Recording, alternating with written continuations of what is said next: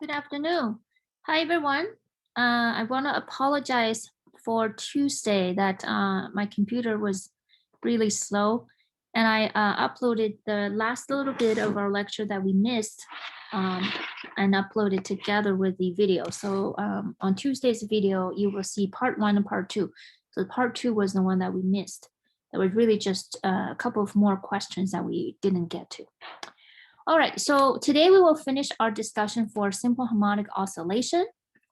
And we have already talked about when you try to derive the position of motion equation for the object that is attached to spring.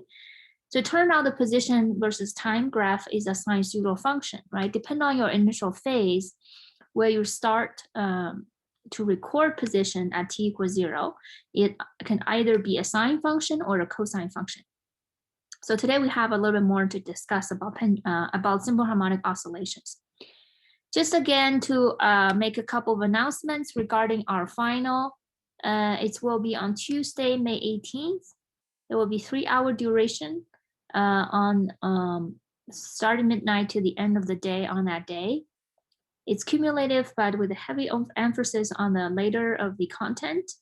The practice exam as well as the practice exam solution are both posted, and there are 25 questions total in the final. And there's some other extra practice on the Blackboard as well. There is a post assessment now available. You have all till May 21st to do it. That will give you an extra credit of 1 point added to your final grades. It's timed for 45 minutes. Again, it's not graded. I just want you to do your best and give your best try and your understanding of Newtonian mechanics concepts. Okay. All right. As we said previously, we can solve this question by using conservation of energy. Right. Previously, we looked at what is the maximum velocity the object can have, or in other words, given the maximum velocity, what is the amplitude the mass would have. Here, I want to show that you can solve. You can either write down the x equals a times cosine omega t plus phi, and then calculate the position at any given moment, and then take the derivative, calculate velocity given any moment, or you can do conservation of energy. So if we were to do conservation of energy, here's how it goes. So initially we have the spring at a maximum extension. So that means at t equals 0, right, initially. So this is your initial moment. The x initial is at maximum extension. So what is the maximum speed of the object? Okay, so there are two methods to solve this. We have already seen one of them, right? What we have done is the position of x is a cosine omega t plus phi as a general solution. Given the initial condition at t equals 0, you are at the maximum extension a. So we know that phi is 0, because if you plug in 0, a cosine 0 plus phi is a. So cosine phi has to be 1, so phi has to be 0, right? So this is your position versus time function. So velocity versus time function is a derivative with respect to time, negative a omega sine omega t. So you know the maximum value the velocity can have is a times omega. So this is a method we have already done. So let's look at what we do if we use conservation of energy. So you can pick your initial and final position, where your initial position is here and your final position is here. And initially your system, which consists of the mass plus the spring, has elastic potential energy, which is 1/2 Ka squared, right? And at the final position right here, your system has no potential energy because the spring is relaxed. Spring is neither compressed or stretched. So at that moment, you only have kinetic energy. So if you make E final minus E initial is equal to E input minus E output using conservation of energy, input and output are zero because there is no external force that's acting on the system. There's no friction. There's no force from you to make them go faster or slower. So E final is equal to E initial, right? E initial is 1/2 Ka squared. That's the potential energy stored in the spring, and E final is simply kinetic energy. So here you have solved for V maximum value is going to be K over M square root of that times A, which is the same result as we got before, right? Because omega is square root of K over M. Okay, so you can use conservation of energy and solve this equation, or you can look at the velocity versus time function and you can solve the same question. Generally, if you have some information about the time, then using these motion equations would be easier. If you don't know anything about the time, like this one, you know initial moment, final moment, then you can use conservation of energy might be more applicable to that particular question. All right, so having just looked at that, let's look at a question ourselves. We have two masses, they are identical. One is attached to a stiff spring. One is attached to a sloppy spring. So this is one of them, right? They're both positioned at x equals 0 and giving the same initial speed. So that's where they started. The spring is not stretched or compressed, and then you simply give them the initial speed and let them go. So both of them will go back and forth between them, between the two ends of the amplitude. So which one of them will produce the largest amplitude of motion? So think about how you can use conservation of energy, or if you want to use the motion equation, that's also okay. Very similar to the example we just did. Okay, I'll give you a minute or two to discuss this question.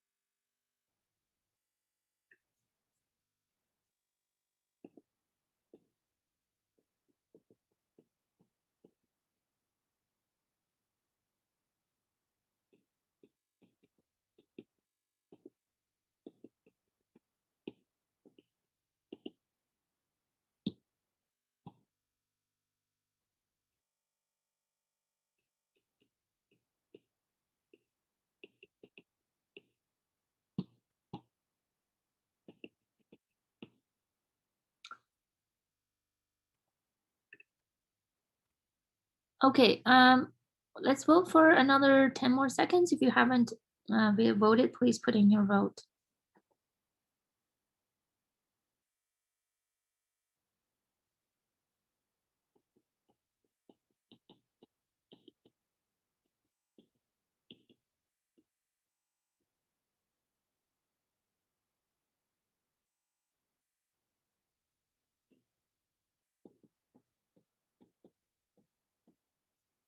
Okay, let's take a look. I'm going to end this.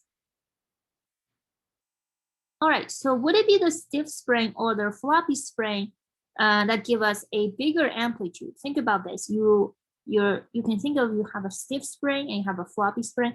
You kind of hit it and go, right? You give it an initial velocity and it's going to drag the spring to a maximum distance, maximum stretch, and then it's going to come back. So it's going to oscillate back and forth, like a simple harmonic oscillation.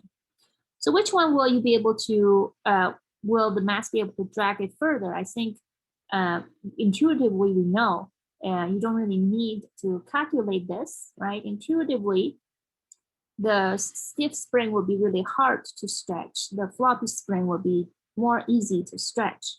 So if you give them the same velocity,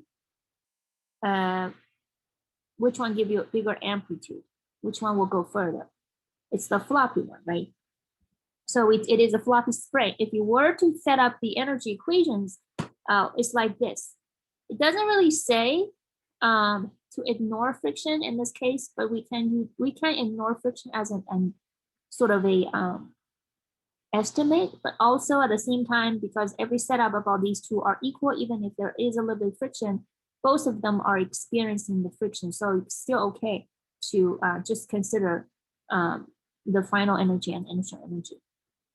So finally, is at this moment, you have only elastic potential energy. Initially, you hit the mass and let it go, so it has only kinetic energy, right? So you can see that these are the same. If K is smaller, A is bigger, right? K smaller is a floppy spring, a weak spring constant, a smaller spring constant will give you a bigger amplitude. So B is correct. Okay, so this is a direct application using conservation of energy. You could also look at it from this equation where the V max is V naught in this case equals A omega. Omega is related to spring constant. Again, from here you can see that if K is smaller, then A is bigger, right? If a floppy spring has a smaller K, has a bigger amplitude.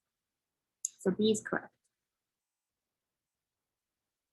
Okay, now here is a homework problem. That is the last homework set that's due at the end of this course.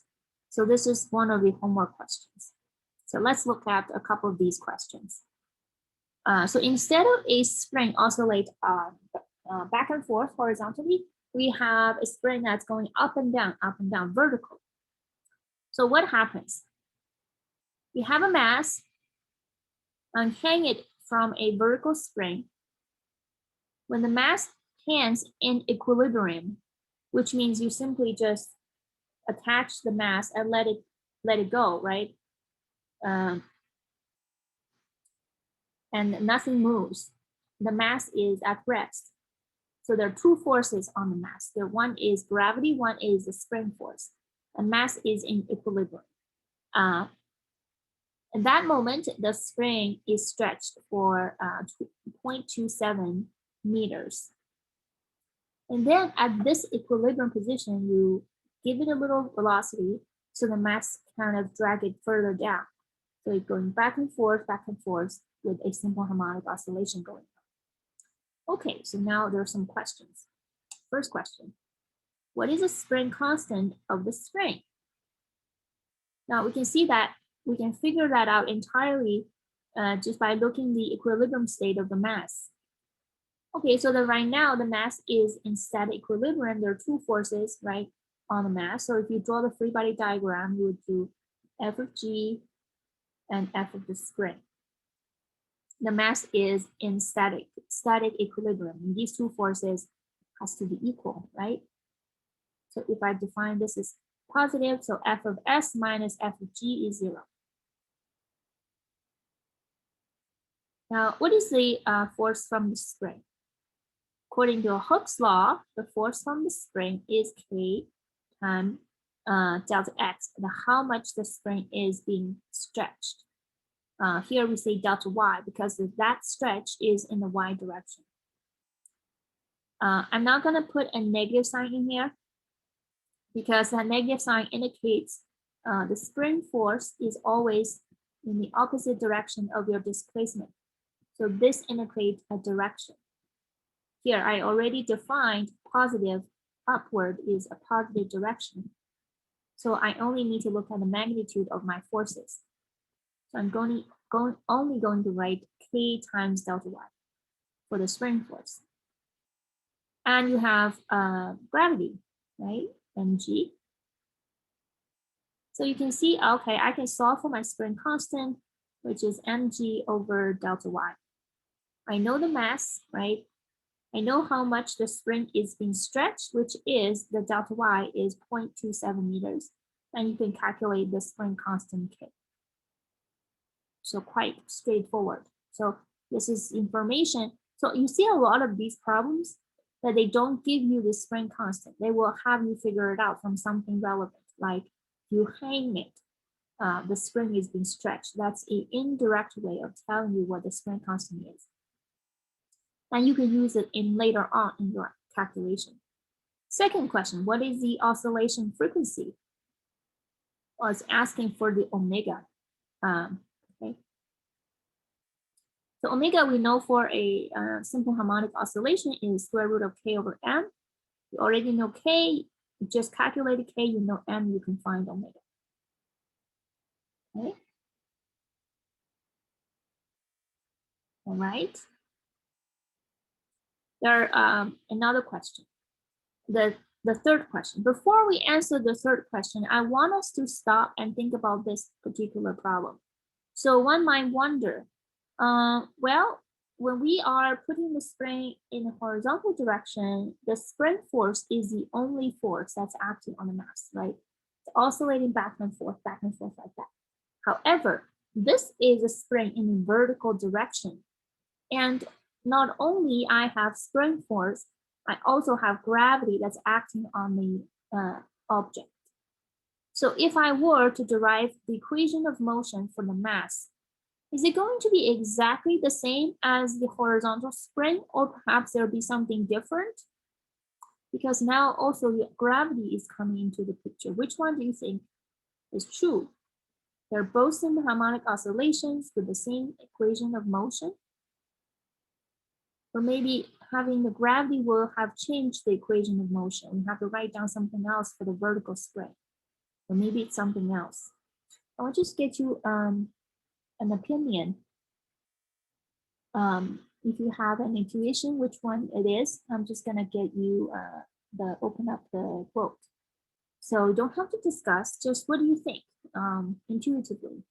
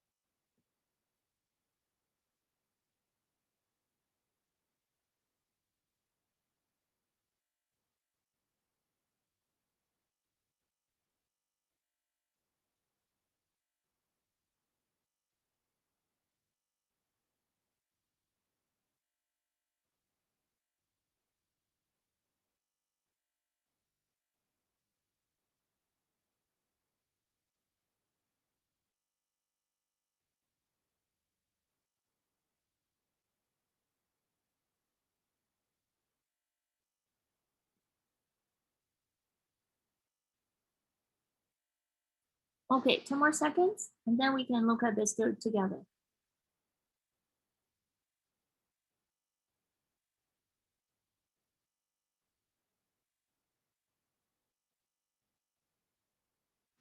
All right, let's take a look.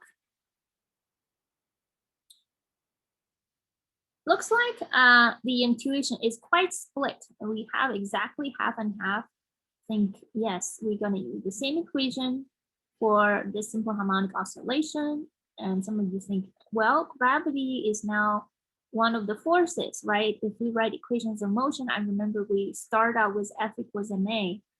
So maybe the equation of motion will be different. All right, both are very reasonable thoughts. So let's see if we can derive the equations of motion for a vertical spring. Just like we're just gonna start with the process similar to how we did the horizontal spring, right? We start with F equals ma. To do that, I wanted to show explicitly a few different states. The first is when the spring is relaxed, nothing is hanging on the spring right now. So I'm going to say,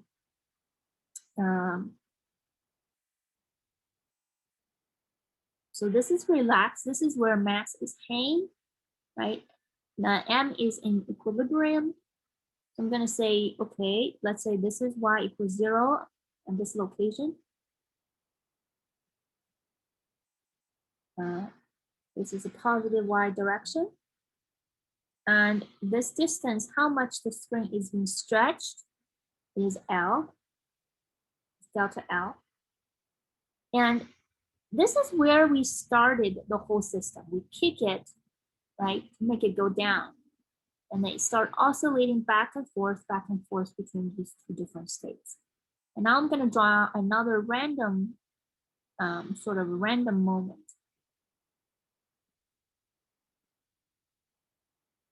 I want to draw a random moment because to derive the equations of motion, you want something general. Generally, F equals ma. And we need to know, okay, at a random moment, how much the spring force is. To say that, we need to figure out how much the spring is being stretched. So I need this random moment. So randomly, this is where the spring is somewhere here. The mass is hanging right here. So any random moment when it's oscillating back and forth. And we're going to say, okay, here you have y. It's located at y, some random variable y, right? And how much the spring is being stretched, we compare with the relaxed state from here to here, you can see is this distance. And that distance is delta L minus y, right? Because this is y. This is y. This is the y coordinate right here, right? It's y. Okay, so having these three different moments, now we're ready to do Newton's second. Let's do it. F net equals ma. And we have two forces on it. One is the spring force.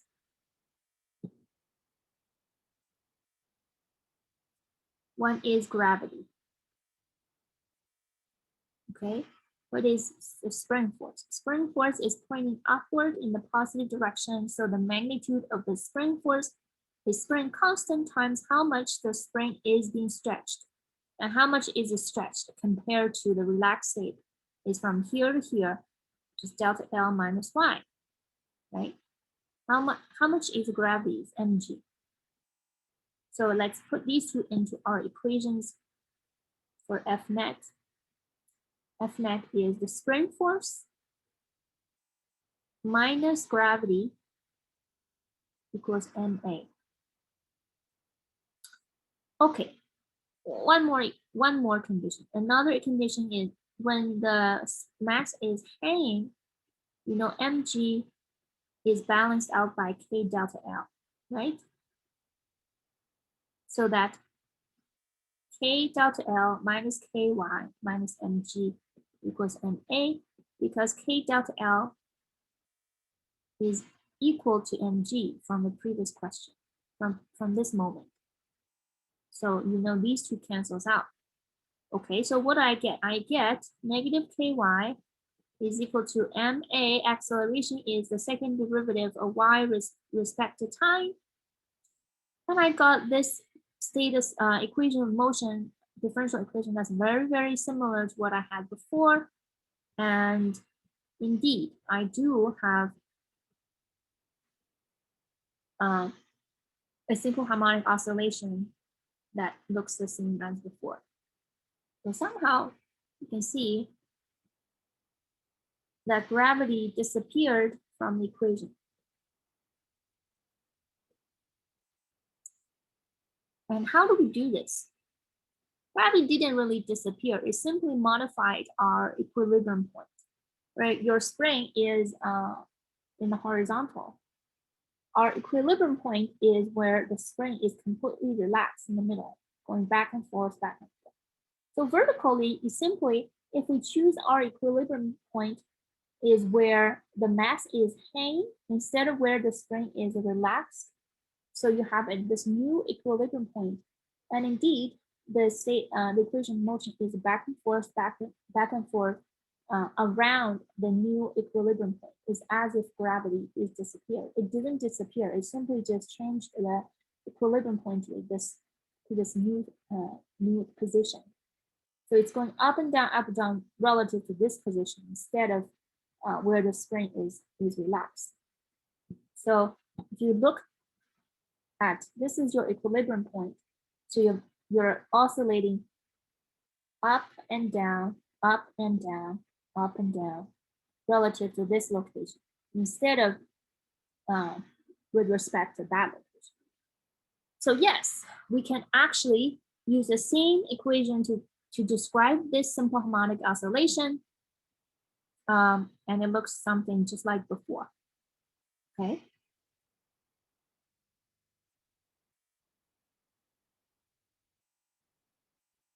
Now, obviously, when I say you can always use cosine or sine, I don't consider those two to be different because those two are really just a phase shift. If you start at t equals 0 and your spring is at maximum stretch, then it's cosine omega t, okay? However, if t equals 0, your spring is at a minimum stretch, how do you get that? You just simply have to change it to cosine, to sine omega t, right? Because cosine 0 is 1, so you can see y at that position is maximum stretch, which is a. But if your spring is at minimum stretch at t equals 0, your y is simply going to be 0.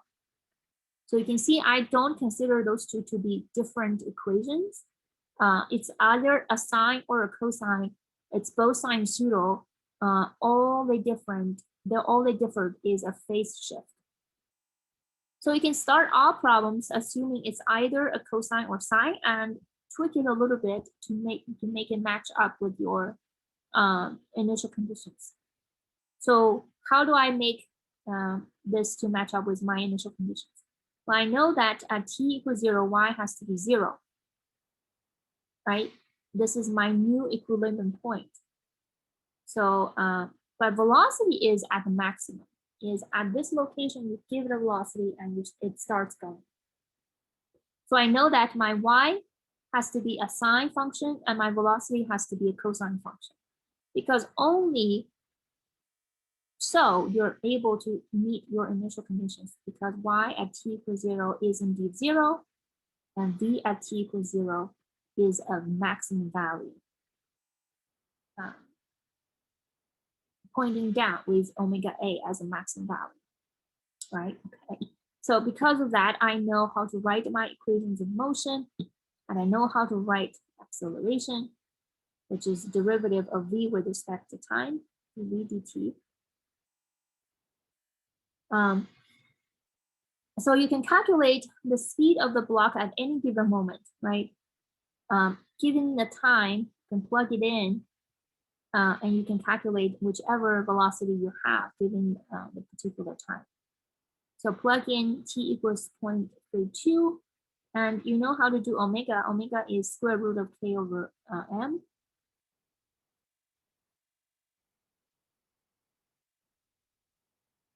A can be calculated using conservation of energy, right? So you can calculate A and then plug in this A, and you can plug in t equals 0.32 seconds, and you can get the velocity. If to do the speed, you just need the magnitude, but not the minus sign. Okay. So that is the how we solved this particular homework question. So that's all we're going to do for a simple harmonic oscillation regarding the spring, a mass attached to spring. Next, we are going to look at a different type of physics model, pendulum, that can also be described using simple harmonic oscillations. But before we move on, are there any questions regarding this particular problem?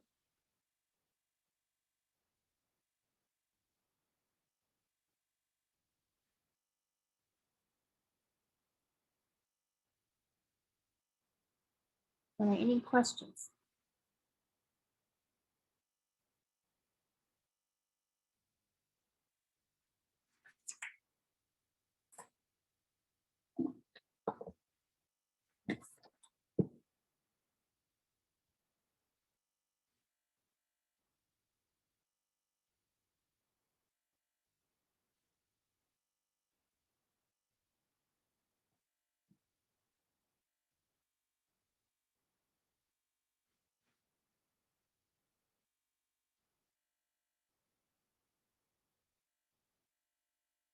Okay, if there's no questions, we're going to move on to talk about pendulum.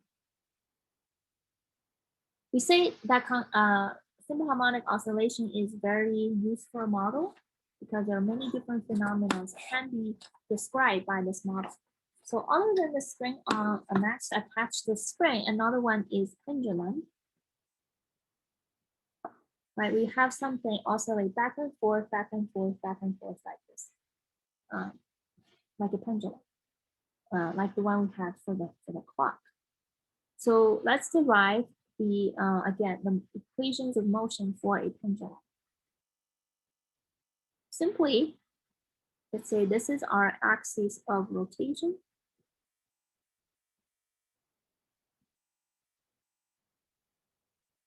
And this is, you can have a rod, right? A very light or heavier rod, but uniform. The mass is uniform distributed.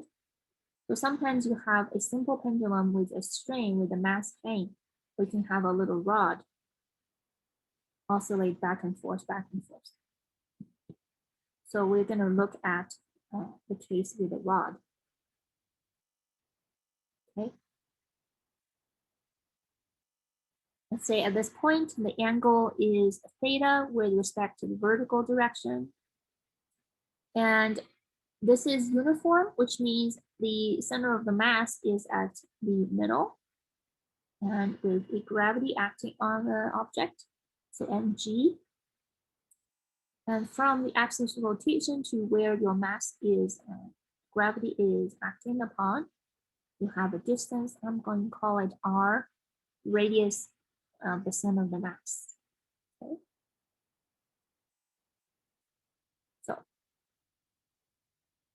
So instead of using F equals ma, we use the Newton's second law for rotation because this is a rigid body, right? It's not a point particle. So we need to use the Newton's second law for rotation. Not F equals ma, but torque equals I alpha, right? We're going to use this, not this one.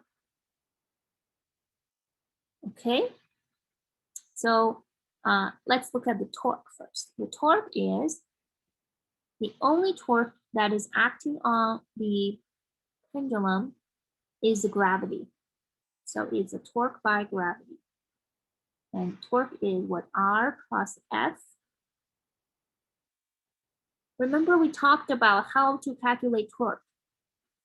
You can figure out the direction by looking at which way it is rotating, clockwise or counterclockwise. If it's positive, put a positive sign. If it's negative, put a negative sign. Then look at the magnitude. So to do the magnitude, we find what is the perpendicular radius, what is the level arm multiplied by the force. So give it a sign, either plus or minuses, and then figure out this R perpendicular, and then you can write down this torque, right? You have done this multiple times. So if by convention,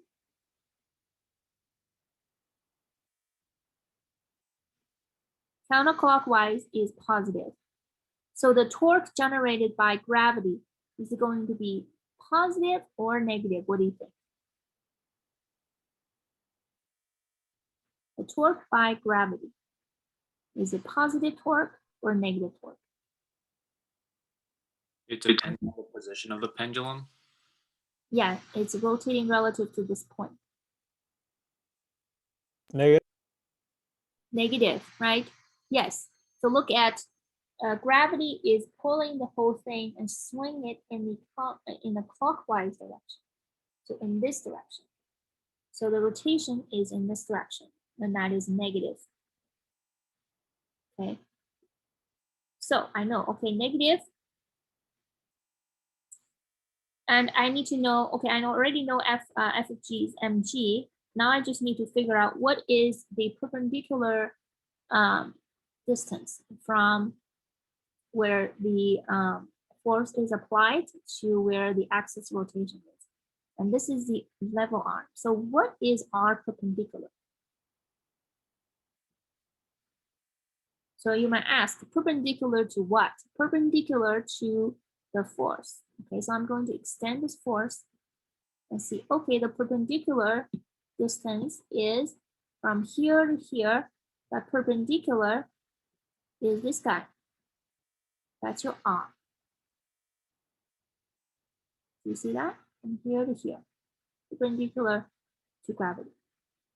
Okay, so what is R perpendicular? How do you represent it using the quantities that are given? R perp is equal to? RCM sine theta. Yes, very good. The R center of mass times sine theta. Excellent. Now I'm ready to write down my equations of motion. So torque is negative R cm sine theta times mg equals I alpha. Okay. Okay. Now I'm going to work on the rotational inertia. To make my equation more general, I'm going to keep I just as it is, and I'll change into specific format depending on if you have a rod, if you have some other shape, or you can have a simple pendulum with a string with mass all concentrated on one end. So here I'm just going to keep it as the rotational inertia of the object I. Alpha. Okay, alpha. So how do we know what to do? We know we want a equation of motion. So we wanted to derive a position. Now the position is described by theta as a function of time. This is what we want. This is our goal. Okay, so we need a differential equation with theta in it. So you probably know when you have an acceleration, you can write that using the second derivative of theta. Right, so they're starting to become like the differential equation we're looking for. There's another thing we want to do. So mg times r of sine theta. So when theta is small,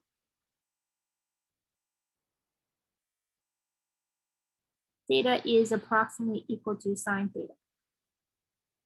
Okay, so if you have a small angle, we can make an approximation and write theta in here.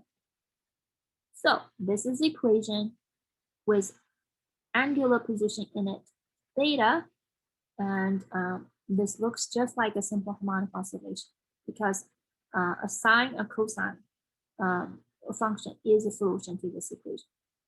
Okay.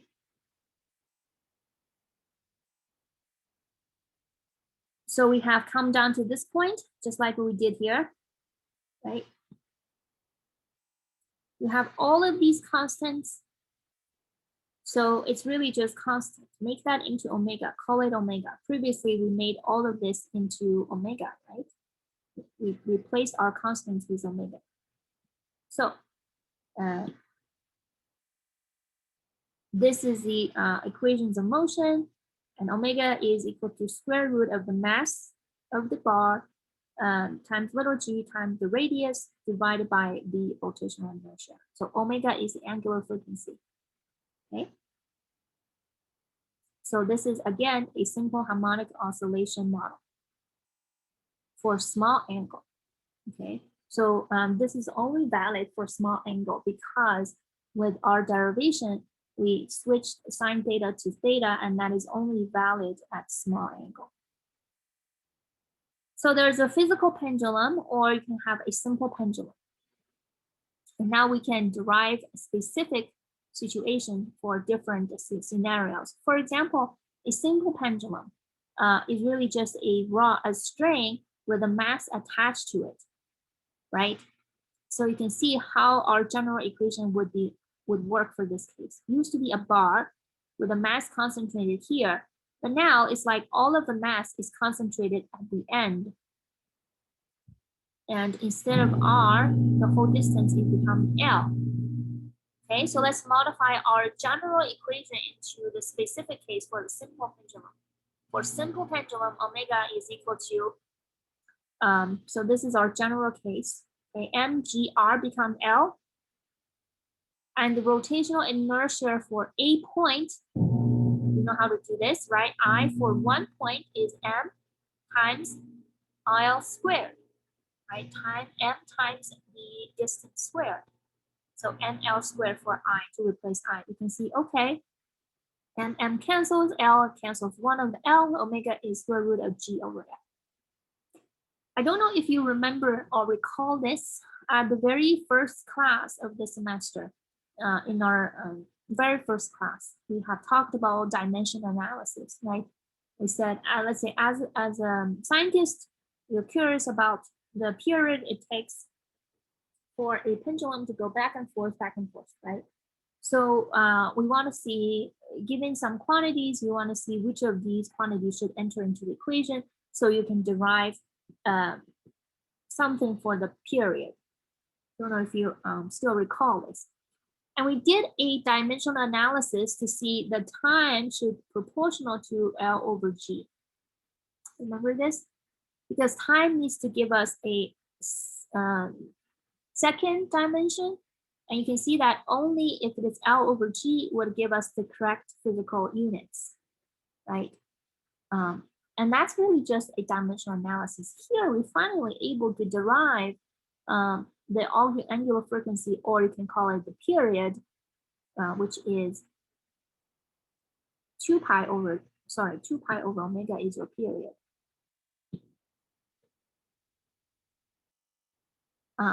For a simple pendulum, and you can see that this is indeed 1 over square root of L over G. Okay, omega is your angular frequency, which is square root of G over L. That's for a simple pendulum.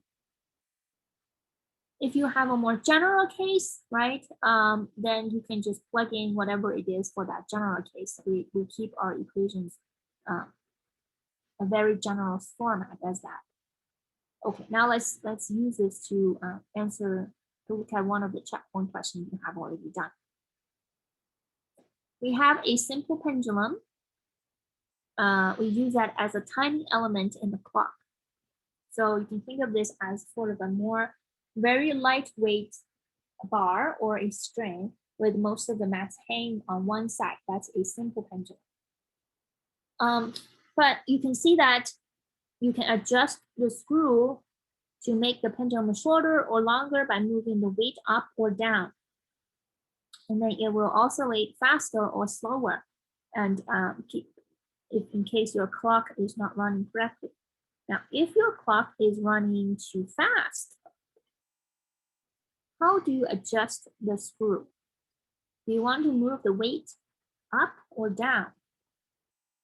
Given this equation, omega equal to mg r center of the mass over T, so over I. Down. You want to move it down. And how do we know that? Because the period is proportional to the length. Okay. So when it's moving too fast, meaning the period is smaller when we want it or bigger than we want it? When it's moving too fast. Smaller. Yes, so T is too small. It takes too short amount of time to complete one cycle and making the clock running fast. I want it to slow down, so we need to go slower. We want a longer T. Very good, excellent. So we wanted to increase T. T is 2 pi over omega. So to increase period, we need to reduce angular frequency, right? Because this is 1 over omega relationship inverse. Okay, so to reduce our angular frequency, what do you want to do to, oh, sorry, this is a simple pendulum. I also need to think about my I, which is the G over L. So you can see that to adjust my length, I need to make it the length a little bit bigger. Yes, so I need to make it a little bit longer, and I need to adjust the weight down to reduce my angular frequency so that I can increase the period. So to move the weight down. Very good.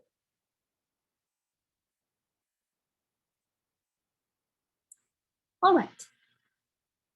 Okay, so a lot of these may seem quite complicated, so we wanted to try to slow down and do it just step by step. There's another, I believe, checkpoint question that has to do with a more complicated case where you have a simple pendulum mounted onto a physical pendulum. So that seems quite bizarre, right? How do we do this? So we're going to break it down into multiple steps and do it little by little, slowly.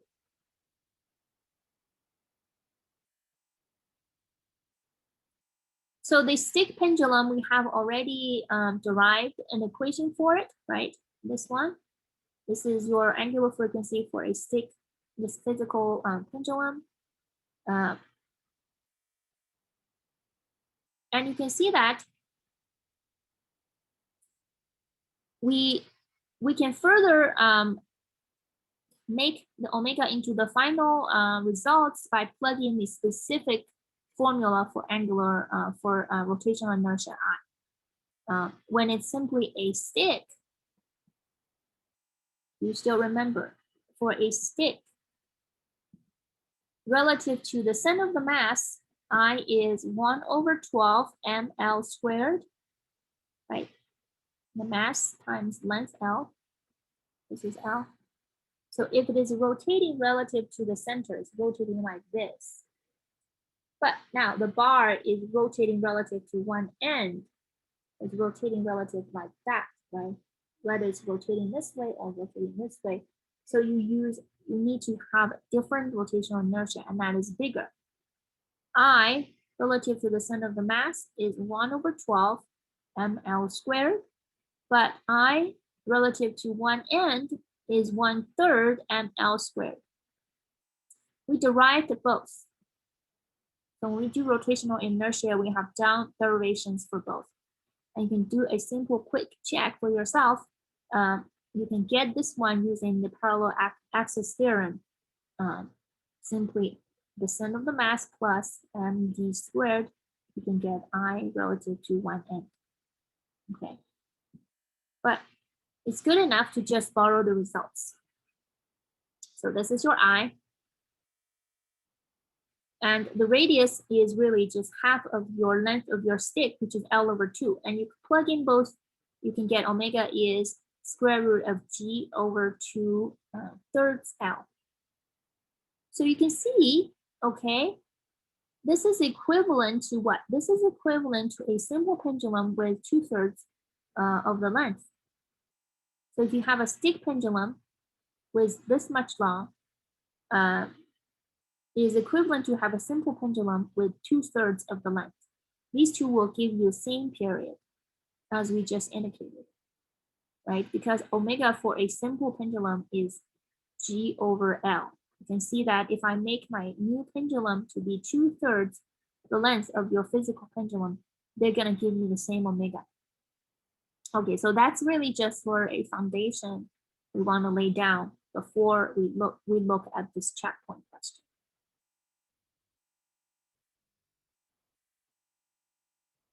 Okay, so this is the checkpoint question. It's quite complicated, but we can break it down into many small steps, so it's more doable. In case 1, it's really just a stick pendulum. Okay, in case 2, you have the same stick pendulum, but with a mass mounted in the middle. Which one of them have a longer period, T? So you can see that T is related to omega, and omega is related to different format as we showed earlier. So let's work through it.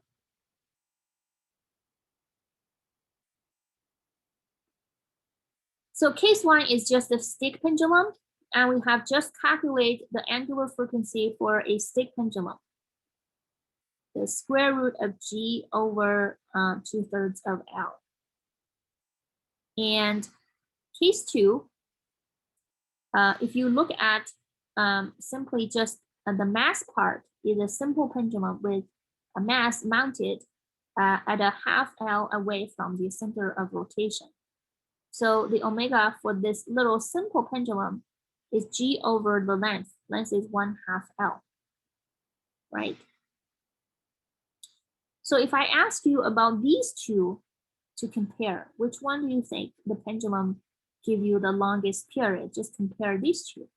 Will you be able to answer? So if you can answer that, then we can answer the more complete question. But first of all, let's answer this one. A stick pendulum and a simple pendulum. The omega is already shown.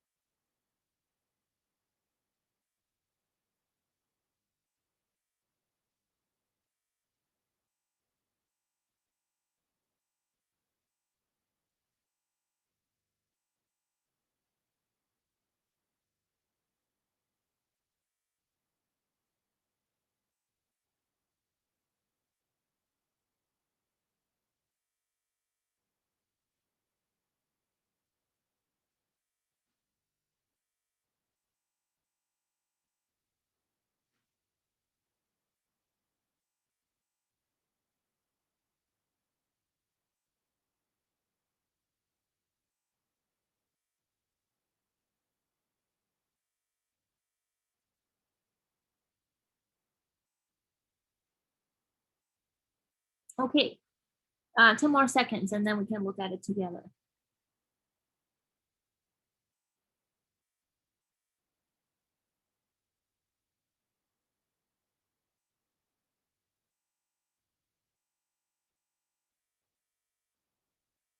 All right, any last minute vote? Okay, I'm gonna end this and let's take a look. Quite split between A and B.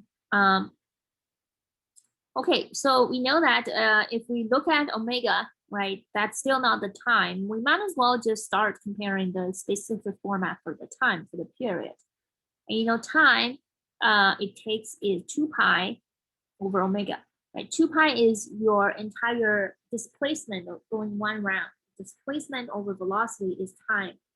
Omega is your angular frequency, or we here we call angular velocity or angular frequency. So 2 pi over omega. So you can see that for case 1, the time is 2 pi square root of, you flip the numerator and denominator, is 2/3 L over G, and T2 is 1/2 L over G, right? And 2/3 is bigger than 1/2, which means the time for case 1 is bigger than time in case 2. Right, so case 1 will give you a longer period for these 2 cases.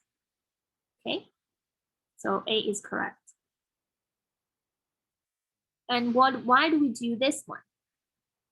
Now, because we realize the more complicated case is a stick pendulum and a simple pendulum mounted together. For a stick pendulum and simple pendulum, we say T1 is bigger than T2.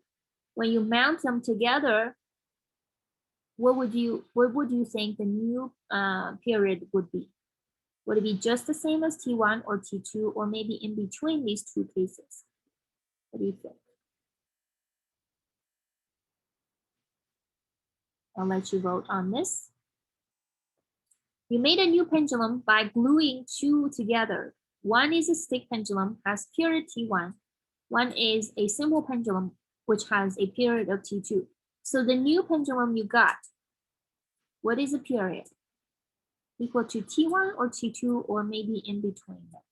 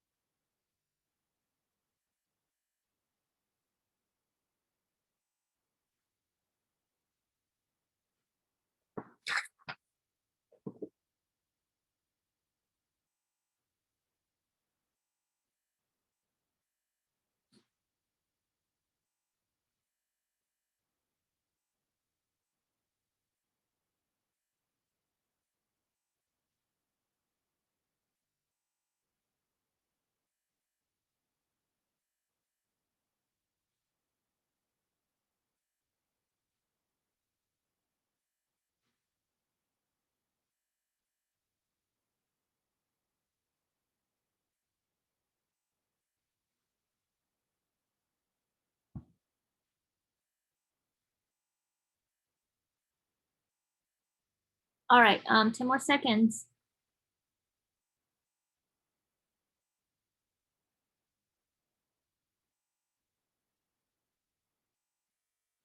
Okay, let's take a look. The new pendulum, yes, indeed, should have a period in between them.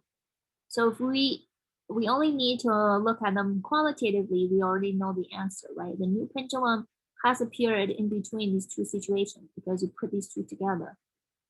So T3, if you want to call this T3, is larger than T2, but smaller than T1. So somewhere in between them. C is correct. Okay, so going back to the original question, this is a stick pendulum, that's a T1. This is a new pendulum. We said this is T3, which is in between T2 and T1. So you can see that case 1 is already has a longer period than the new case, right? The new pendulum. So case 1 is correct.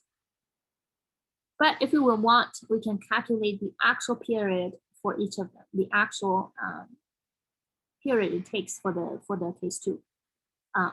But earlier we already answered the question qualitatively. You already know which one is bigger. But if you not want to know the specific format, we can work it out in more detail. Okay, so let's compare the angular frequency for each of the cases. For this one, you can see that we have already done this. R is here, so L over 2. Here, R is also here, which is L over 2. But you have two masses, right? One of the mass is coming from M, the other mass is coming from the stick, two of the masses. So it's 2M. And now let's put in the I for each of the cases. The rotational inertia for case 1 is 1/3 ml squared. We already done that. You can put in the specific format for I for this one for case 2 to calculate the exact expression for angular frequency. Okay, so how do we do the I for this one? You can see that the stick is, so this one has two parts. So angular frequency is, the rotational inertia is the rotational inertia for the stick plus the rotational inertia for the mass. For the stick is 1/3, and for the mass is m times L squared, right? M times L over 2 squared. This is the distance. So stick part, mass part. You put those two together is 7/12 mL squared. That is I for the new case, okay? So if we put all of that information in, you can calculate the period for each one of them. Now this one become G over 2/3. Again, this one you are familiar with, we calculate this already. And case 2 become G over 7/12. Okay, so time T1 is 2 pi over omega 1, which is 2 pi 2/3 L over G. T2 is 2 pi over omega 2. It's 2 pi divided by 7/12 L over G. So 3/2 is equal to 8/12, which is bigger than 7/12. You see, this is bigger than this. So T1 is bigger than T2, right? So you can compare the specific formula and still get the same result that case 1 has a longer period. So to summarize, I know this is a quite complicated problem. We're giving a more complicated case for case 2. We figure it out in two ways. One way is you can plug in each of them and simply just calculate it. In this case, that mass is two of the masses, one of the stick, one of the little mass. And the radius, both of the center of mass is coming from the center, which is at L over 2 distance from the axis of rotation. Rotational inertia has two parts, the stick and the mass. You can calculate them separately and put it together. Or for case 2, you can, instead of doing the calculation, you can say, well, this is a merge between this and this. So the period should also come in between this and this, somewhere in between. And you know that a stick and a simple pendulum combined should be smaller than the stick by itself. So that's another way to look at this qualitatively, okay?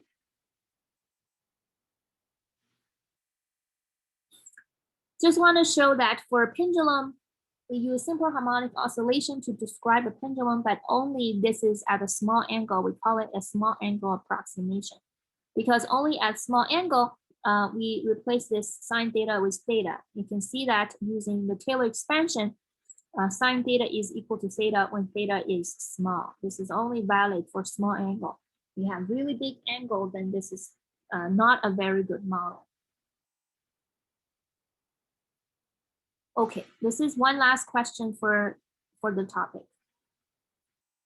You can make a pendulum using very different shapes, right? We have looked at the simple pendulum. We have looked at a stick.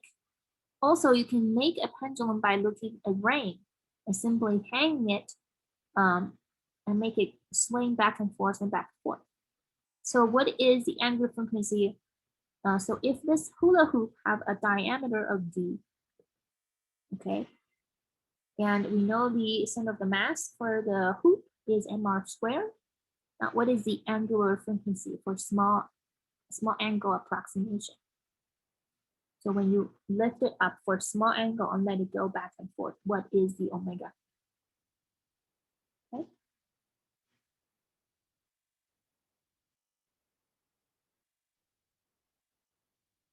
So I'm going to let you discuss this for a couple minutes and we can come back to vote.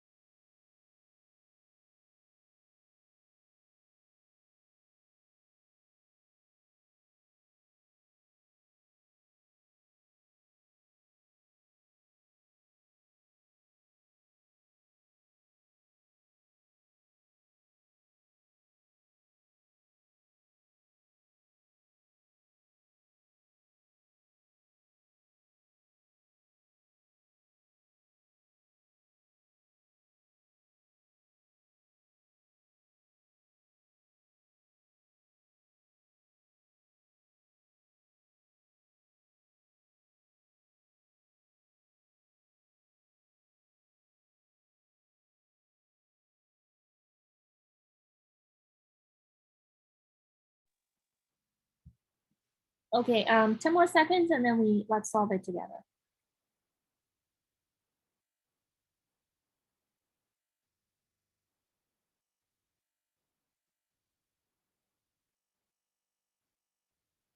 Okay, any last minute vote? All right, let's look at it together. This is our results. Okay, so I understand the numerator is easy. Mass is the mass of the hoop. G, R, center of the mass. The hoop has a center mass in the center, right, middle, which is at a distance R away. So this is diameter, right? It's twice of the radius. This is the radius. So it's R. Now, the question is, what do we put for the rotational inertia? If we put this, I understand you will get MR, which is D over 2. So you might vote for this answer. But should we use the I is MR squared for a hoop for this case? And that is when your hoop is rotating relative to the center. If you can, if there's a way, you have a thing, let's say if you have a thin film filled over and you can poke in an axis through the center and make the rotating relative to the center, then you can use this equation. But it's rotating relative to the end. So you cannot use the same equation, right? But for parallel axis theorem, we know it's really the rotational inertia through the center plus mass times R squared. So the distance between the new axis rotation and the center of the mass, that is R. So the rotational inertia for a hoop relative to an end is mr squared plus mr squared, just 2mr squared. So here we should use 2mr squared, right? The answer would be G over 2R and is G over D. So it's this one, right? The trick is you need to know which rotational inertia to put in for this particular case, right, which is T over D. Okay, so that's all we have for today. I just want to remind you, please take some time to work through your practice exam, and for questions, we can talk about it next week during office hours.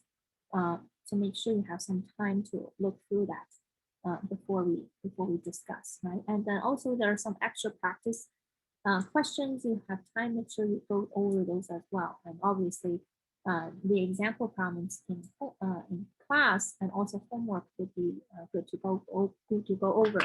The homework is all open.